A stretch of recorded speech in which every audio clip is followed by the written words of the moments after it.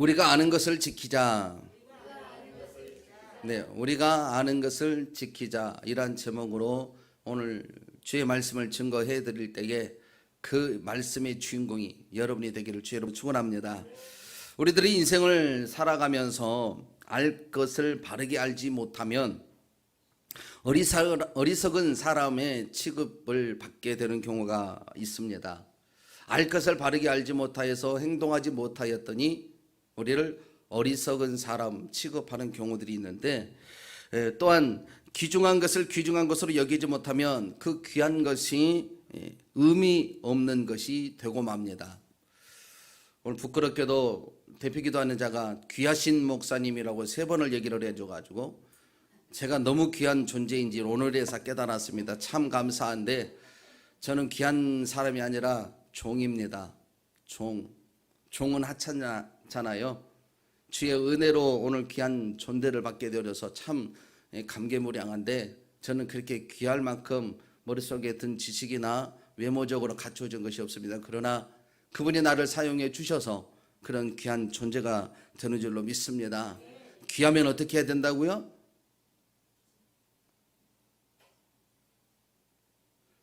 오늘도 여전히 머릿속은 복잡하시군요. 여러분이 머릿속에 복잡할수록 하나님의 말씀은 절대 내 안에 들어오지 않습니다. 여러분의 생각이 텅 비어지고 여러분의 마음이 오픈되어져 있어야 그때 말씀이 내 마음속에 임하여져요. 무슨 말을 하는지 모르고 앉아있으니까 물음에 답을 못하는 거예요. 그렇죠? 여러분 귀하면 어떻습니까? 너무 소중해가지고 제가 신방 가는 거를 부담스러워 하시고 혹시 신방 올까봐 그러시는군요. 너무 귀하게 여겨가지고 마음껏 사용해야 될 거 아니에요. 가까이 두실 거 아니에요. 귀할수록 가까이 둡니다. 그죠? 저희 사모가 이 반절을 해줬는데 봐요. 한 번도 안 빼요. 잠잘 때도 안 뺍니다. 왜요? 귀한 거니까요. 그렇죠? 귀한 것일수록 가까이 합니다. 근데 저를 별로 가까이 하려고 하는 분이 그리 많지 않은 것 같습니다. 그래서 귀하다면 가까이 해야 되고, 가까이에 있으면 내가 그로 인하 귀한 것으로 인하여서 그 의미를 찾게 되어집니다. 그런데 여러분이 귀한 것을 가까이 하지 않으면 그 의미가 상실되어지고 말아요. 어느 가난했던 농부에게 하루에 한 개씩 황금알을 낳는 거위가 있게 된 겁니다. 여러분, 가난한 농부에게 황금을 낳는 거위가 왔으니 어떻게 될까요? 가난했던 삶을 청산하고 순식간에 부자가 되어버렸습니다. 부자가 된 농부는 더 빨리 부자가 되고 싶은 욕망이 생겨서 알을 하루에 한 개씩밖에 낳지 못하는 거위가 어떻겠어요? 감사했겠어요? 원망스러웠겠어요? 원망스러웠습니다. 왜 한 개밖에 못 낳을까? 10개, 20개 낳아가지고 순풍순풍 놔줘서 내가 더 큰 부자가 되도록 해줘야 할 것인데, 이렇게 원망스러워서 농부가 하루는 결단을 합니다. 뭐 하기로요? 그 거위의 배를 갈라서 뱃속에 들어있는 황금알을 다 꺼내기로 결단을 합니다. 그래서 배를 갈라, 목을 비틀고 죽여서 배를 갈라보니 황금알이 있었을까요? 거기에 뱃속에서는 기대했던 황금알은 하나도 없었던 것입니다. 미련한 농부는 황금알만을 생각했지 황금알을 낳는 거위는 귀중하게 귀하게 생각하지 않은 것입니다. 그 농부는 욕심 때문에 아까운 거위만 죽고 곧 허랑방탕하여 지금 있었던 모든 은금폐물 때문에 멸망하고 마는 가난하게 되는 인생이 되고 말았다고 합니다. 이와 같이 많은 사람이 당장의 열매를 따려는 경우는 많아도 열매가 열릴 수 있도록 토양이나 나무를 기르는 데는 관심이 없다라는 겁니다. 그러면서도 아름다운 열매를 내가 만족하기를 바라고 갖은 노력을 다해야 됩니다. 그것을 가정에서 예를 한번 들어볼까요? 이해가 되지 않는 남편이나 또는 아내를 내가 어떻게 합니까? 이해하려고 애를 씁니다. 그렇죠? 그렇잖아요. 이해가 안 되는 자식 이해를 해보려고 가진 애를 씁니다. 때때로는 하나님의 말씀을 상고해가면서 성경에서 어떻게 말씀하고 있는지 대입시켜가면서 참아야 하느니라 이를 부득부득 갈면서 이해하려고 합니다. 그렇죠? 그러다가 그 상대가 남편이나 아내나 자식이 도를 넘으면 어떻습니까? 더 이상 용납하지 못합니다. 그리고 오늘 너 죽고 나 살자라는 식으로 결단을 내버리려고 하죠. 따라서 여러분, 나의 노력으로는 여전히 화합을 이룰 수 없다고 생각을 하고 결국은 아내와 남편의 관계에서 갈라서 버리는 경우가 있게 되는 것입니다. 그러면 여러분, 남편과 아내를 이해하려면, 자식을 이해하려면 어떻게 해야 할까요? 보너스로 팁 드리겠습니다. 어떻게 해야 되겠습니까? 실제로 안 꺼내가지고 그런가 봐요. 돈 꺼내려고 그러는데. 자식이나 남편이 아내가 이해가 안 되면 어떻게 해야 되겠어요? 이해해 줘야 됩니까? 그래도? 네, 조금 더 한 폭 나간 것 같아요. 입장을 바꿔 생각해 봐야 된다 그러는데, 그 남편이나 아내에게서 먼저 열매가 맺는 나무가 심겨져 있는지를 살펴보아야 합니다. 그 열매를 맺지 못하는 것에만 원망하지 말고 그 열매를 맺는 나무가 그 심령에 있는지를 먼저 살펴야 한다는 거예요. 그리고 그 나무가 아직 존재하지 않는다면 그에게서 열매를 얻으려 하기보다는 마음의 밭에 생명의 씨앗을 심어놓고 싹을 내고 곧 나무가 되어도록 그들을 도와주어야 하는 거예요. 그러니까 결국은 열매를 얻기 위하여 내가 그냥 이해하고 참아주는 게 아니라 뭐 해줘야 되는 거예요? 도와줘야 되는 거예요. 그 열매를 맺도록 도와줘야 되는 거예요. 옆에 분에게 시작. 그 열매를 맺도록 도와줘야 되는 것입니다.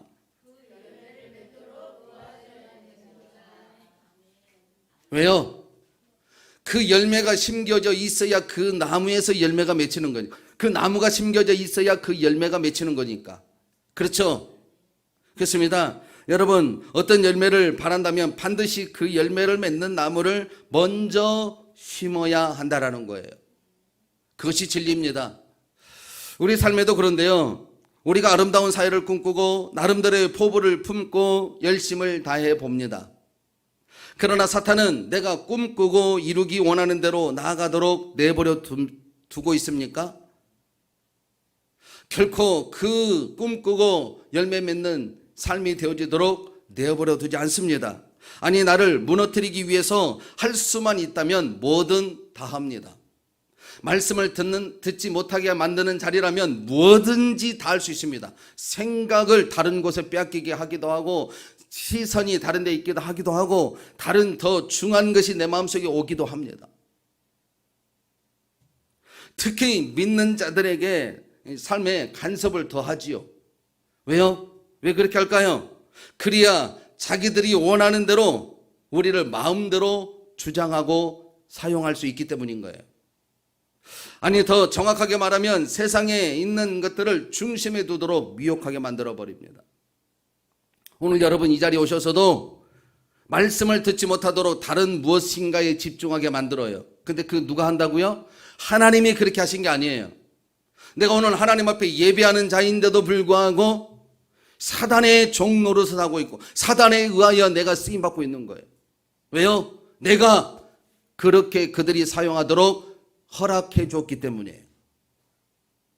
내 안에 하나님이 성령이 움직이시는 나무가 아니라 사단이 나를 쓰도록 나를 내어 주었기 때문에 그들이 나를 그렇게 사용하는 거예요. 이 자리에 와서도 말씀이 들려오지 않습니다. 여러분, 말씀이 내 안에 거하지 않는데 어찌 내가 하나님의 사람으로 살 수 있습니까?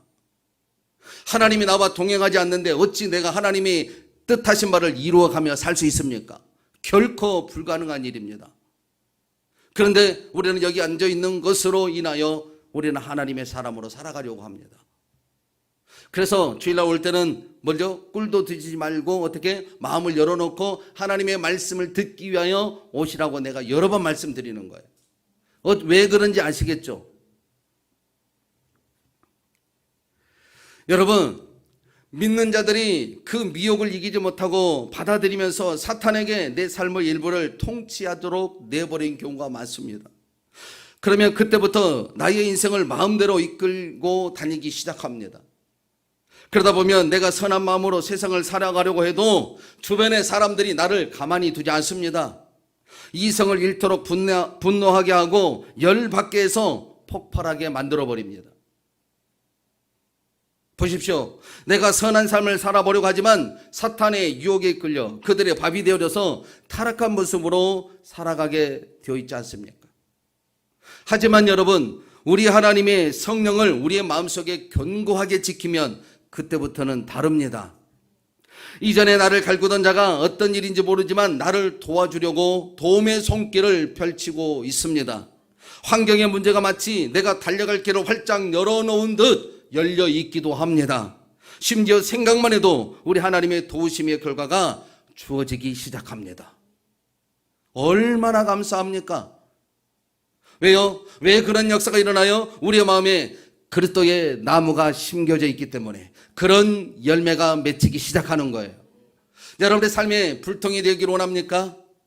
아니면 형통이 되어 날마다 그 열매를 맺기를 원하십니까? 물었을 때는 아멘이 아니라 대답을 해야죠. 그러면 뭐를 해야 될까요? 그러면 성령의 나무를 내 안에 심어야 되는 거예요. 예배 드리러 오셨으면 그 말씀을 내 안에 심으셔야 돼요. 그래야 그 열매를 내가 거둘 수 있는 거예요. 아멘. 그런 의미에서 갈라디아서 6장 8절 말씀 한번 찾아서 읽어봅시다. 갈라디아서 6장 8절 말씀.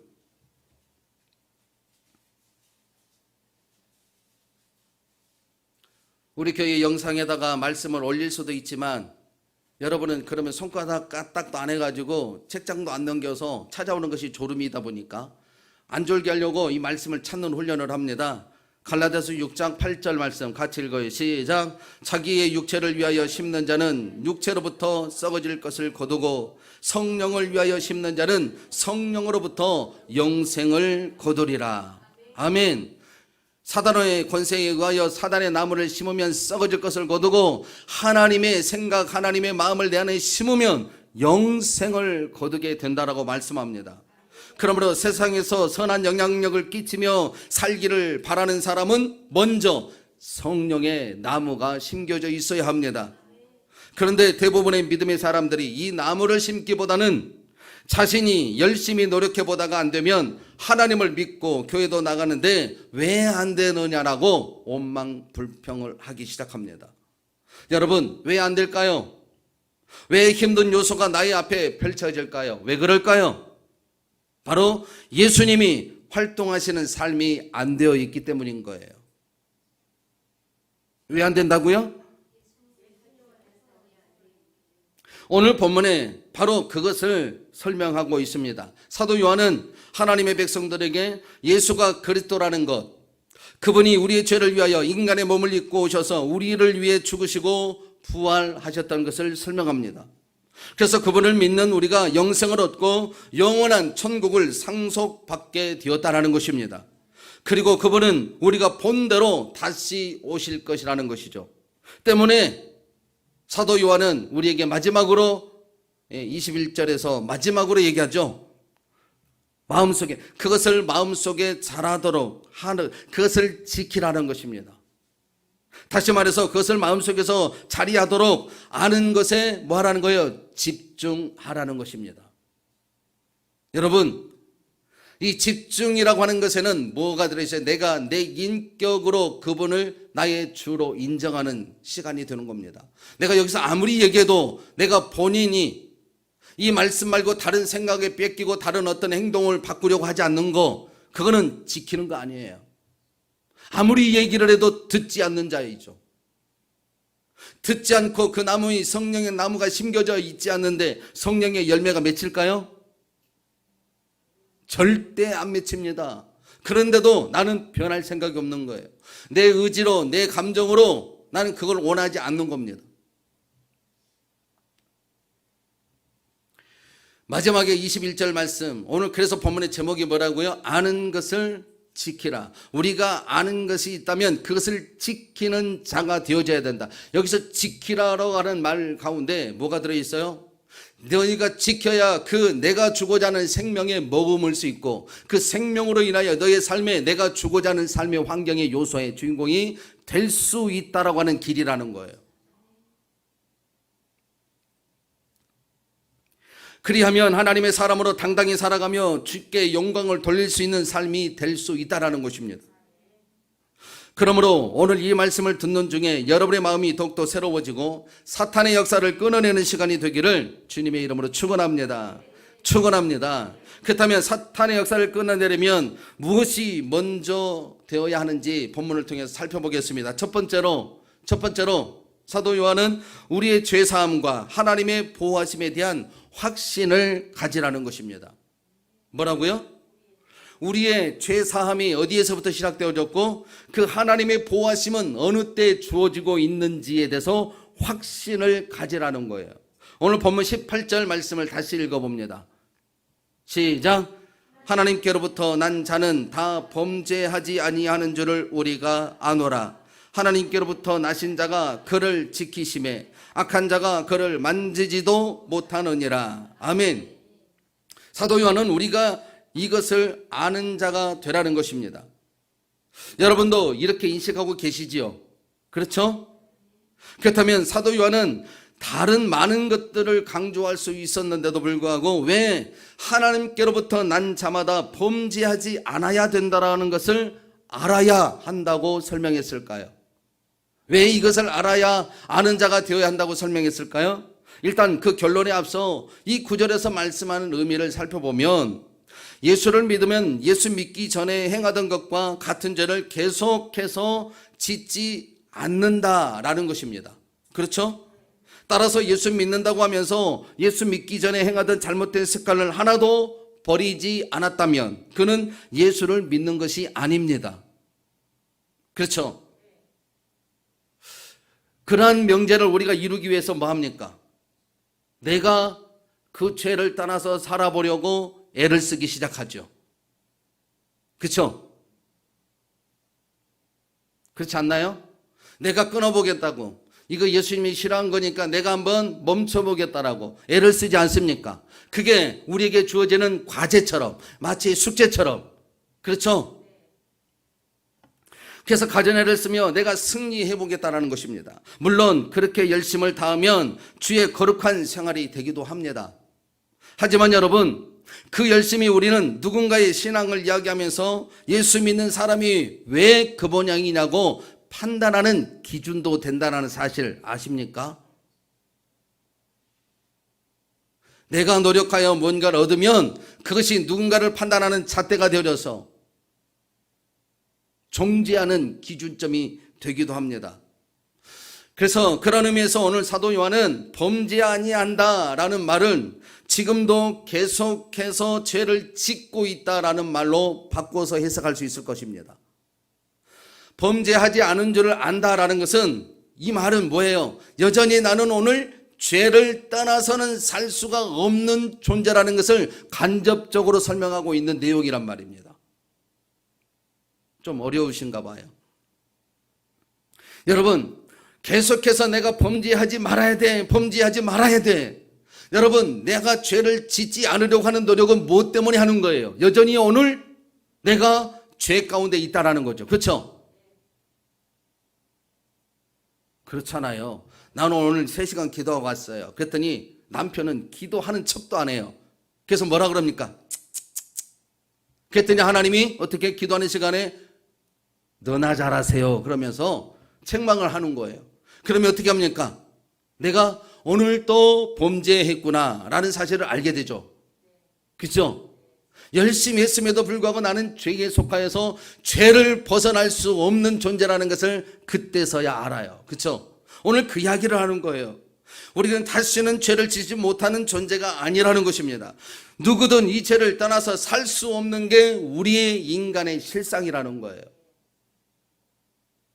여러분, 우리가 너무나도 잘 알고 있는 하나님의 사람 다윗, 훌륭한 하나님의 사람이었잖아요. 그러나 그가 범죄한 자로 하나님 앞에 섰어요. 그렇죠? 실제로 간음하는 죄를 져서 하나님 앞에 나단 선지자를 통하여서 철저하게 회개의 자리에 서야만 하는, 그죠?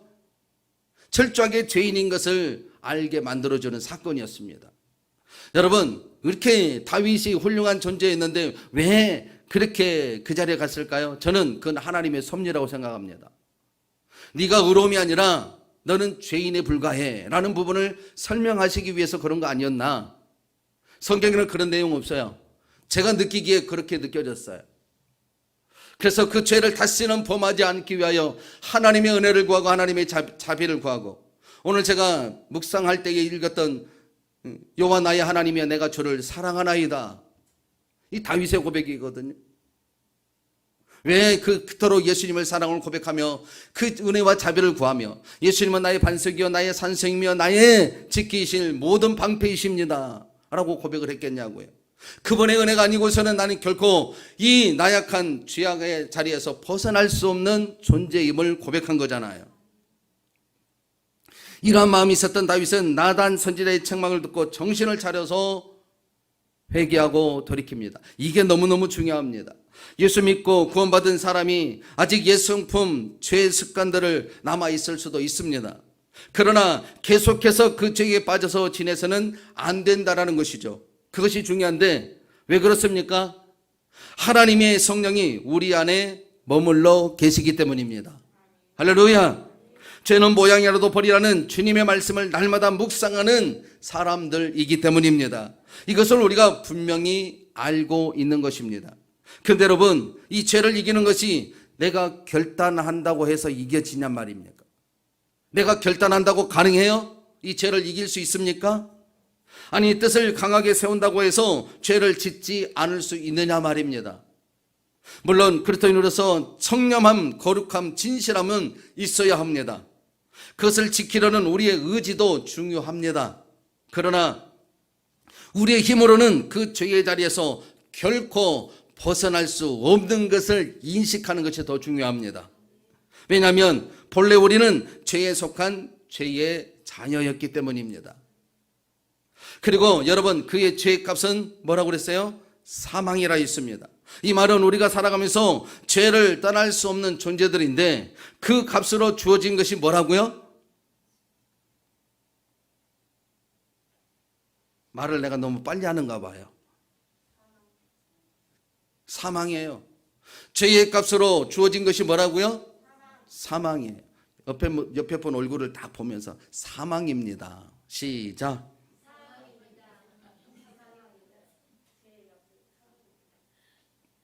죄의 자녀로 태어났잖아요. 그러면 우리는 뭐 어떤 길을 가야 돼요? 사망의 길을 가야만 하는 존재들이에요. 이 말은 우리 생활 중에 죽음과 같은 고통에서 살아야만 한다라는 거예요. 다시 말해서 이 죄의 값을 지불하지 않고는 결코 이 사망의 늪에서 헤어나올 수가 없는 존재라는 거예요. 그것이 우리에게 앞에 있는 죄의 값입니다. 하지만 우리 하나님은 그러한 우리의 삶을 보시고 안타까워하셨죠. 그래서 그 죄를 담당하시기 위하여 예수님을 초자연적인 역사로 보내시고 우리의 죄를 대신하여 십자가에서 제물로 삼으셨습니다. 할렐루야. 그래서 우리의 모든 죄를 청산해 버리신 겁니다. 그래서 우리에게 주어진 것이 뭡니까? 이제는 죄로 인하여 사망의 길이 아니라 예수 그리스도로 인하여 생명의 길이 열려지기 시작한 겁니다. 그렇게 하셨으니 우리에게 주어진 것이 오늘 본문 18절 후반절에서 말씀합니다. 하나님께로부터 한번 읽어봅니다. 하나님께로부터 나신 자는 시작.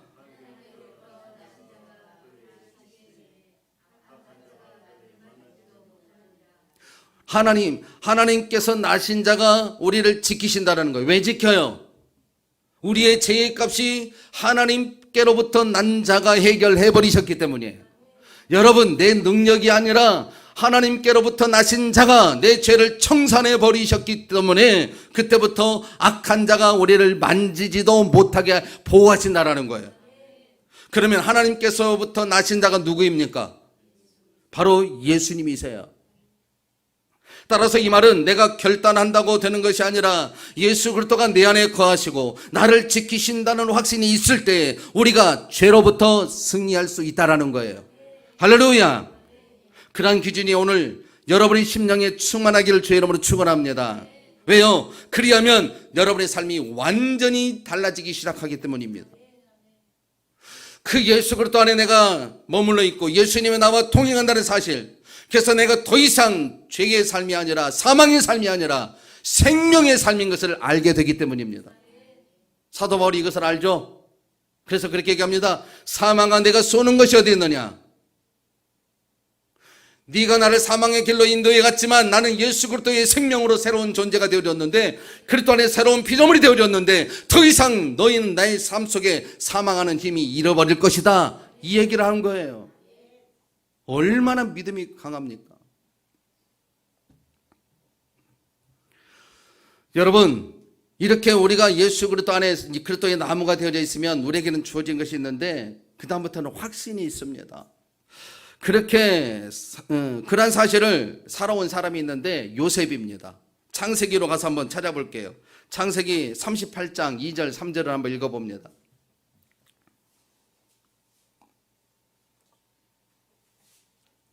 창세기 38장 2절로 3절 읽어봅니다. 시작.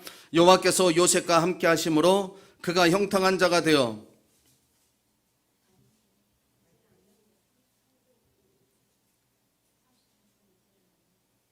그래요?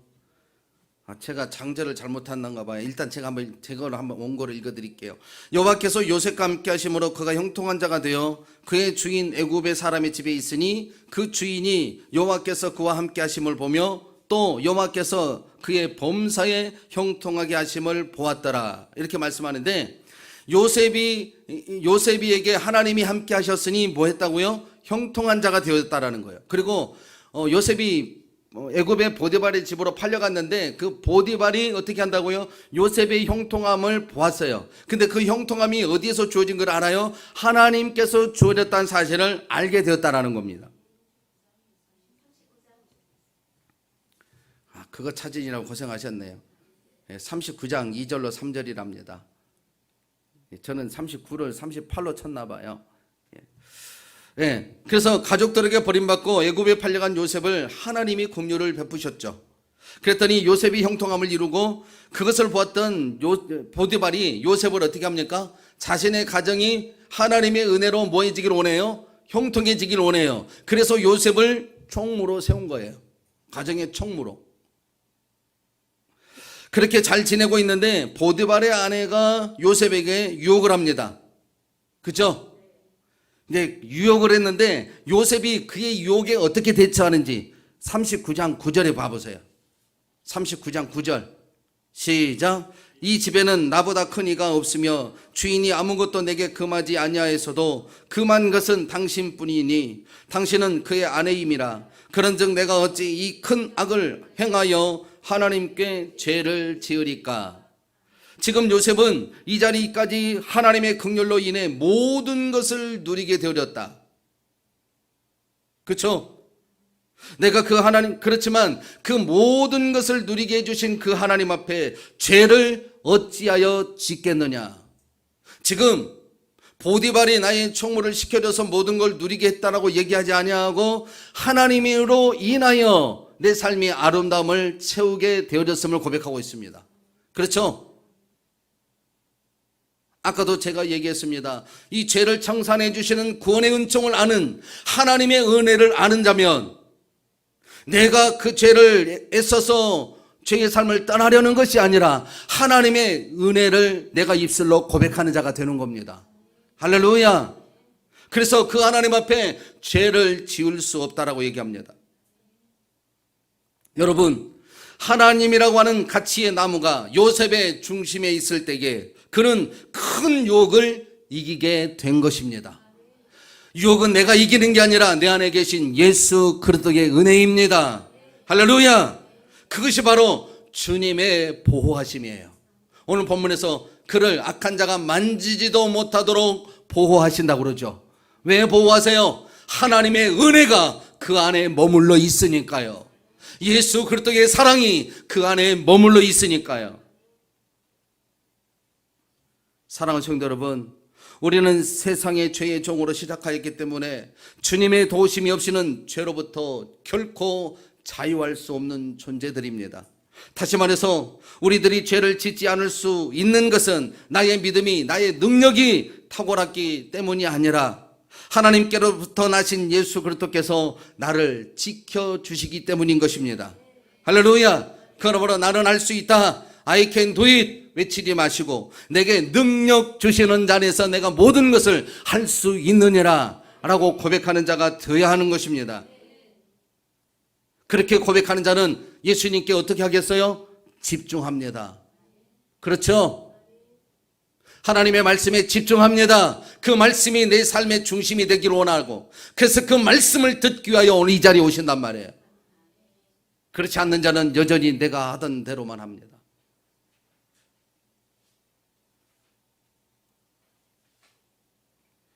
어떤 이들은 그 예수님께 집중하지도 않고 내가 앞으로 절대로 그 짓을 하지 않겠습니다, 결단합니다. 물론 결단 중요하지요. 하지만 여러분, 여러분이 예수님 안에 집중하고자 하는 마음이 없다면 곧 허사가 되고 맙니다. 그런 사실을 시편 기자가 시편 12편 1절에서 기록해 놨는데 한번 찾아서 읽어볼까요?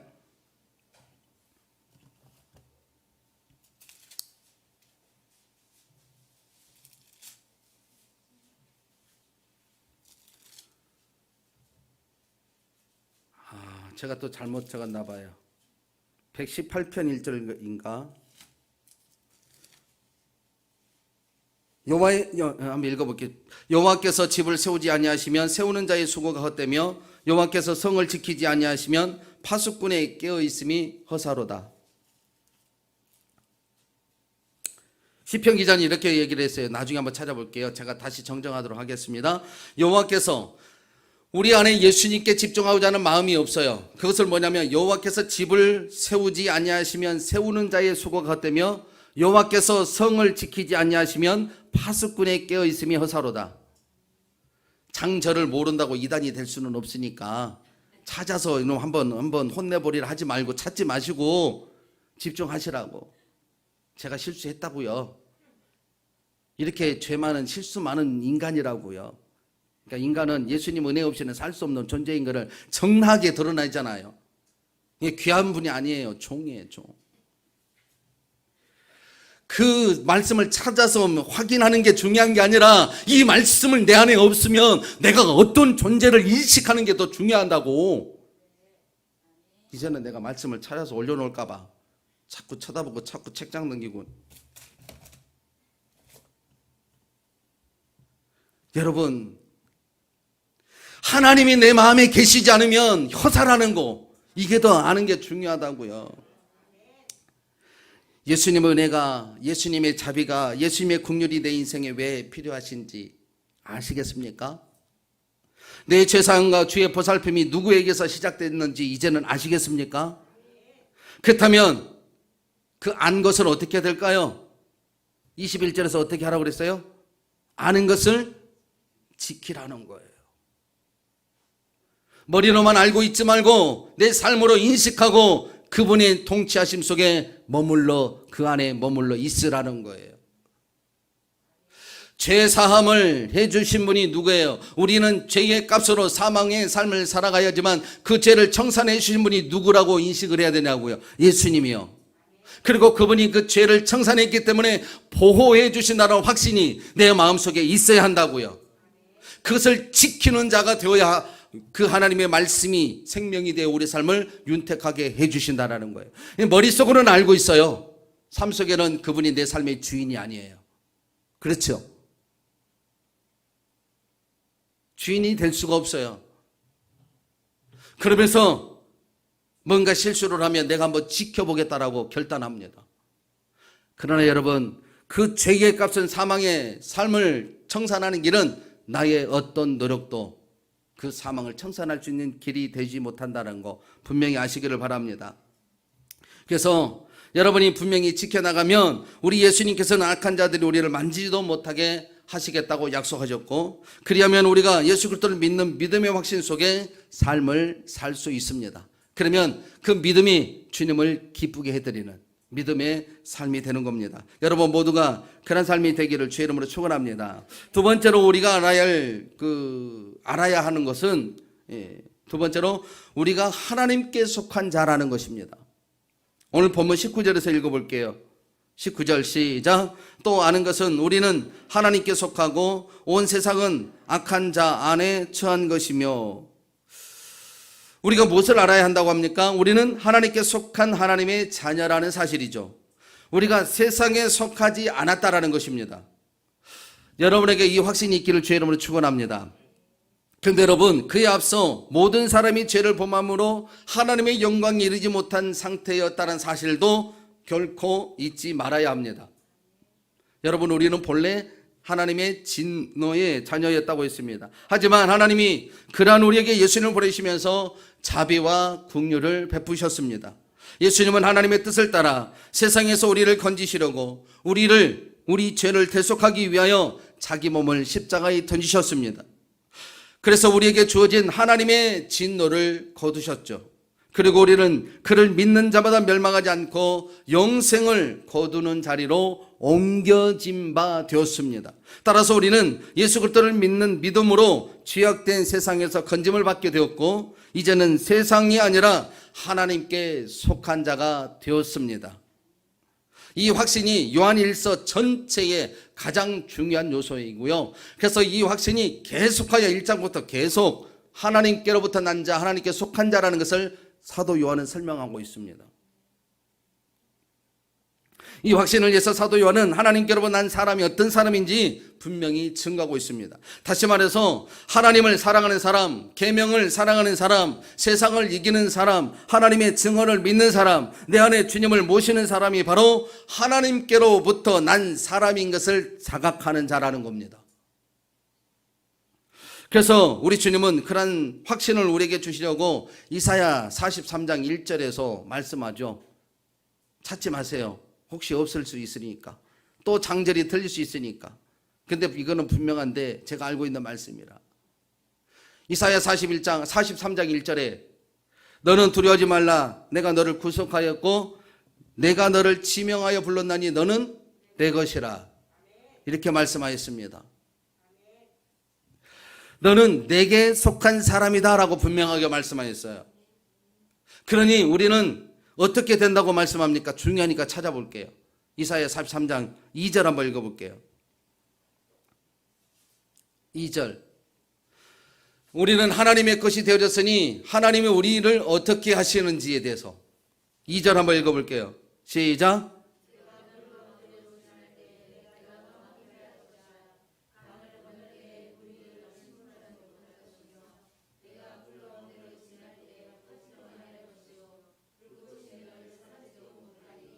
아멘. 내가 물 가운데로 지날 때에 물이 너를 침몰하지 못할 것이며 내가 불 가운데로 지날 때에 불이 너를 사르지 못하리라.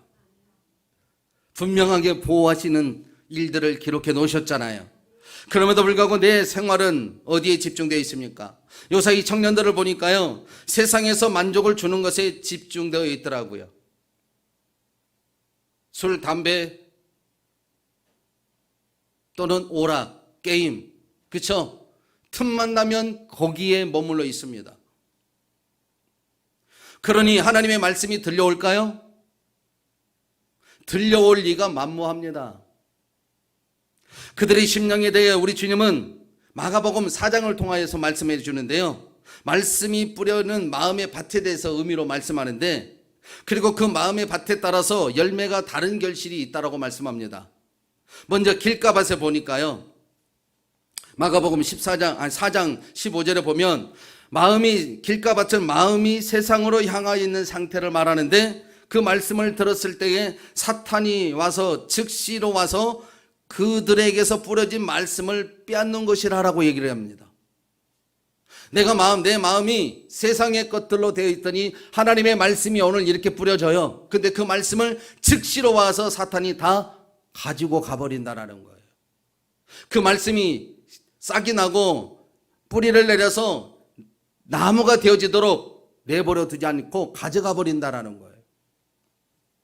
여러분, 그 말씀이 없으니 믿음의 삶을 살 수 있을까요? 여전히 세상으로만 가는 거예요. 돌밭 같은 마음이 있어요. 교회 나오기는 나오나 자기 편향주의에 속한 자. 오기는 왔으나 자기가 마음대로 하고 싶은 대로만 해버리는 자. 그러면서 필요할 때만 찾는 자를 얘기합니다. 가시밭 같은 자, 욕심과 유혹에 이기지 못한 상태인데 씨앗이 싹은 나지만 자라지 않아서 결실을 얻지 못하고 사그러지고 마는 자 얘기합니다. 길가밭, 돌짝밭, 가시밭, 이 모두는 말씀을 듣는 예배 시간이 길게 느껴질 것이고 하나님 앞에 나와주는 것이 굉장히 대단한 것으로 여겨지는 사람들이 속해 있습니다. 그러나 그 중에 맨 마지막에 좋은 밭, 옥토밭, 기름진 밭으로 설명을 합니다. 그들은 말씀을 받고 그 말씀에 영향을 받아서 30배, 60배, 100배의 결실을 맺는 자가 됩니다. 다시 말해서 세상 가운데 죄악을 내가 지키려는 자가 아니라 그 말씀이 그 죄악된 삶을 지켜줘서 날마다 예수님이 주시는 평강의 삶이 그들의 삶에 펼쳐지게 된다는 거예요. 저는 여러분이 이 좋은 밭을 소유하는 모두가 되기를 주의 이름으로 축원합니다. 그래서 날마다 사탄의 권세가 아닌 우리 주 예수님의 은혜에 의하여 기쁨이 충만하고 찬송이 흘러나오는 그런 권속들이 되기를 주의 이름으로 축원합니다. 내가 결단한다고 지켜지는 게 아니라 그 말씀이 내 안에 머물러 있어야 가능하다라는 거예요. 그 말씀이 있게 되는 이유가 뭐라고요? 내가 하나님께 속한 자라는 것을 인식하는 거예요. 내가 하나님께 속하였다라는 것을, 하나님이 내 모든 죄를 청산하시기 위하여 예수님으로 오셔서 나에게 그 말씀을 심겨주기 위하여 이 시간 성령으로 나와 동행하고 계시다라는 거예요. 그것을 인식하고 그 안에 머물러 있기를 원하는 거. 그 말씀이 어떻게 하라고 21절에 기록되어 있어요. 21절 읽어봐요. 시작. 자녀들아, 너희 자신을 지켜서 우상에게서 멀리하라. 여기 너희 자신을 지키라는, 지켜서 멀리하라는 말씀은 스스로 혹은 자발적으로라는 의미가 담겨져 있습니다. 다시 말해서 우리가 살아가며 거쳐가는 모든 것의 배후가 무엇에 있는지 주목하여 보고 그것이 하나님이 싫어하신 것에 있다면 멀리하는 마음을 내가 스스로 가져서 그걸 지켜내는 자가 되어야 한다는 거예요. 스스로 지키란 말씀은 내가 그 죄와 싸워서 이기리라가 아니라 하나님의 말씀이, 하나님의 속한 자이기 때문에 하나님의 말씀이 내 안에 있은 것을 지켜내라는 거예요. 근데 우리는 이거를 안 하고 뭐를 합니까? 환경에 나를 시기하고 힘들게 하면 그를 내가 처단해 보겠다고, 내가 해보겠다라는 거예요. 내가 싸우면 이길 수 있을까요? 절대 못 이겨요. 내가 지키면 지켜낼 수 있을까요? 절대 못 지켜요. 그래서 요한복음에 말씀하잖아요. 너희가 내 안에 거하고 내 말이 너희 안에 거하면 무엇이든지 원하는 대로 구하라. 구하라, 그리하면 이루리라. 이루는 길이 어디 있습니까? 우리가 예수님과 함께 가는 길인 거예요. 근데 예수님과는 함께 하지 않고 내가 오늘 저를 절단 내버리라. 새벽에 오면 그 사람 만날 수 있다고 일부러 새벽에 오잖아요. 한번 반탄, 절대 그 사람들 거기서 범죄하지 못하도록 내가 혼내버리겠다라는 거예요. 내가 할 수 있어요? 절대 못해요. 우리 신앙생활은 결국 성령님의 도우심과 우리의 마음이 만나 함께 이루어지는 결과입니다.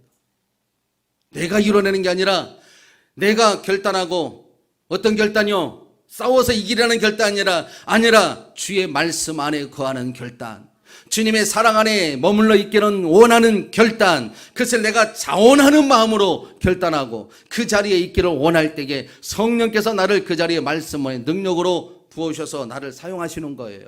그러면 내가 끊어낼 수 있어요. 뭐를요? 내 삶 속의 저주의 값들을, 내 삶 속의 죄의 값들을 끊어낼 수 있습니다.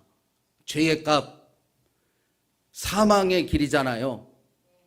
사망의 길을 끊어낼 수 있습니다. 가문의 저주 끊어낼 수 있습니다. 유전으로 내려오는 행실 끊어낼 수 있습니다. 그를 내가 지킨다고 되는 게 아니라 하나님 말씀 안에 거하고 하나님의 부르심 안에 머물러 있을 때 가능하단 말입니다. 그 아는 것을 지키라고 오늘 사도 요한은 얘기합니다. 하나님은 우리가 스스로 자발적으로 우상에게서 우리를 지키기를 원하고 계십니다. 여러분 기억하셔요.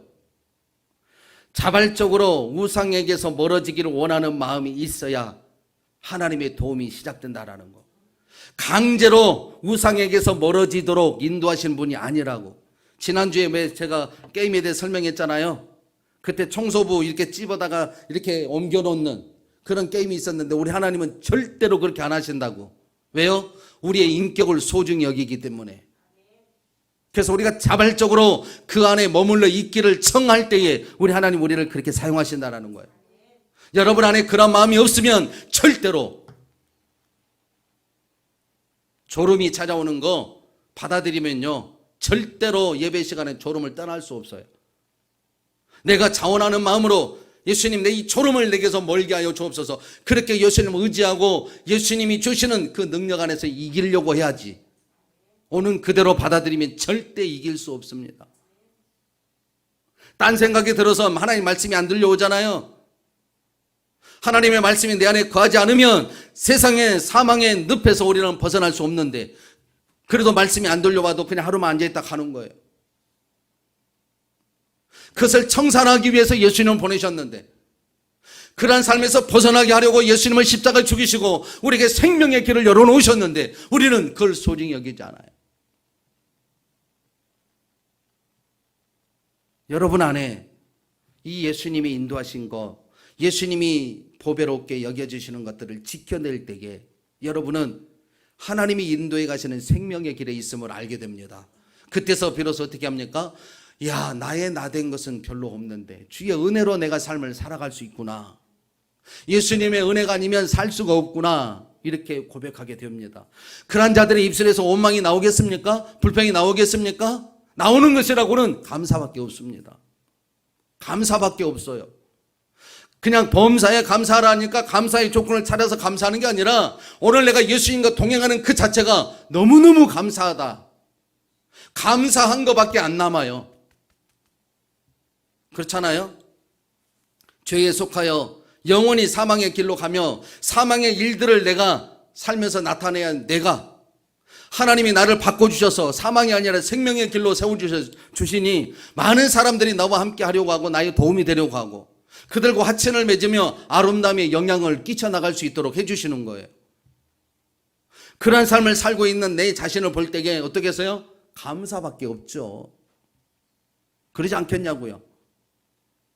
그런데 우리는 감사를 어떻게 하라고 합니까? 감사가 없다 하면 내가 헌금을 덜 드렸나?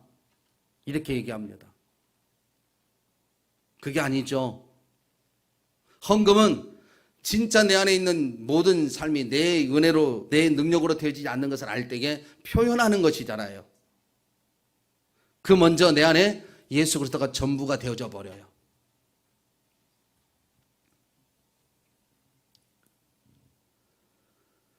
여러분 성령님의 도우심을 여러분이 있어야 하나님의 은혜를 아신다. 은혜의 자리에 머물고 죄를 청산할 수 있다는 걸 아셨다라면 여러분이 마음을 들여서 그분을 의지하는 자가 되어야 합니다. 그것이 바로 자신을 쳐서 죄에 들이지 말고 의의 하나님 앞에 의의 제사로 드리는 자의 삶이에요. 의의 제사로 드리는 자의 삶. 그래서 사도 요한은 우리가 그 아는 것에 집중하라고 말씀합니다. 그 아는 것에 대해서 다시 한번 짚어드리면 우리가 하나님께 속한 사람이라는 것을 확신하는 자가 되어야 하고 세상에 속하지 않았다라는 것, 그리고 우리의 죄는 예수 그리스도의 십자가를 통하여서 영원히 지워지고 그 지워진 사람에게 하나님은 도우심이 되어져서 사단의 역사가 우리를 함부로 하지 못하도록 우리를 보호하신다라는 것입니다. 나는 그 삶 속에 하나님께 집중되어져 있는 여러분이 되어졌으면 좋겠습니다. 그러면 우리가 죄와 치열한 싸움을 싸울 때에 우리 주님이 여러분의 보호자가 될 것이고 방패가 되실 것이고 산성이 되어질 것이고, 오늘 놀라운 구세주, 놀라우신 그 하나님의 은혜를 찬양하잖아요. 그분은 크로스비 여사라고요. 태어날 때부터 앞이 보이지 않는 장애인이었습니다. 그런데 그런 고백을 했어요.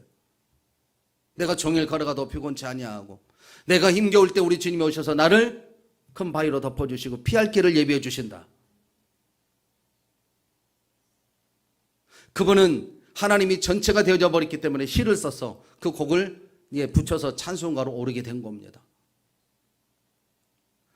우리가 믿는 하나님이나 크로스비 여사가 섬기는 하나님이나 동일한 분이에요. 그런데 우리는 그분 안에 머물러 있는 것이 없고, 내가 스스로 이기려고 하고 결단하고 지켜보겠다고 한단 말입니다. 여러분, 오늘 이 말씀 속에 우리에게 분명히 우리에게 성찬의 잔과 떡을 배설하시고 우리에게 이 은혜의 자리를 배설한 이유를 분명히 아실 겁니다. 우리의 힘으로는 절대 하나님이 예비한 동산에 머물러 있을 수 없습니다.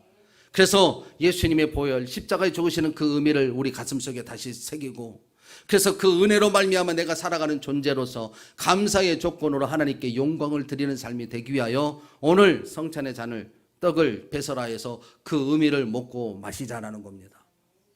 그래서 이제는 내가 하나님의 이름으로 거듭난 자, 하나님께 속한 자의 삶을 살라는 겁니다. 세상에 속한 자, 마귀에 속한 자가 아니라 하나님께 속한 자. 할렐루야. 나는 하나님의 속한 자입니다. 시작. 네, 그렇게 한 주간 내내 고백하며 살아갈 수 있기를 바랍니다. 그래서 내가 죄를 이기려고 노력하지 말고 그 죄를 청산하신 분은 예수님이니 예수님 안에 머물러 있는 자가 되기를 소망합니다. 그게 만약에 안 되면 그렇게 기도하세요. 주여, 내가 그 안에 머물러 있는 한 주간이 되게 해달라고. 그렇게 기도하시면서 우리 주님과 동행하는 생애가 되기를 주의 이름으로 축원합니다. 기도하겠습니다. 사랑과 은혜가 많으신 아버지 하나님, 참으로 감사합니다. 연약한 저희들에게 생명의 길을 열어주시고 이렇게 모든 죄와 사망을 끊어내버리시고 생명의 삶을 허락하시니 감사합니다. 이제 우리 아버지 하나님, 우리를 향하신 놀라운 사랑을 저희들이 삶을 말씀을 통하여서 보고 듣고 아는 자가 되었사오니 이 아는 것을 지키는 저희들이 되게 하시옵소서. 모든 죄짐을 끊어내고 사망의 권세를 끊어내고 하나님이 주시는 생명으로 우리가 만족하며 기쁨을 더해가며 우리 하나님이 베푸신 그 아름다움의 생애가 주의 은혜와 은총 가운데 머물러 있는 권속들이 되게 하여 주시옵소서. 오늘까지 함께해 주신 주님께 감사와 영광과 찬송을 드리며 예수님의 이름으로 간절히 기도드리옵나이다. 아멘. 지금은 길이요 진리요 생명 되신 우리 주 예수 그리스도의 은혜와 하나님 아버지의 만극하신 사랑하심과 보혜사 성령님 내주 충만하시고 교통하심이 오늘 우리가 죄에서 건짐을 받을 수 있는 유일한 길이 예수 그리스도임을 알고 그 안에 머물기를 원하며 하나님의 권속인 것을 마음으로 지키고자 할 때에 어두운 권속에서 우리를 지키시고 보호하신다고 하는 하나님의 음성이 우리 삶에 그대로 나타나지기를 소망하는 사랑하는 성도들 머리부에와 저들의 가정과 직장과 사업장 모든 범사 위에 그리고 이 시간 함께 예배하는 인터넷으로 예배하는 주의 권속들 머리 위에 지금부터 영원까지 함께 계실지어다. 아멘.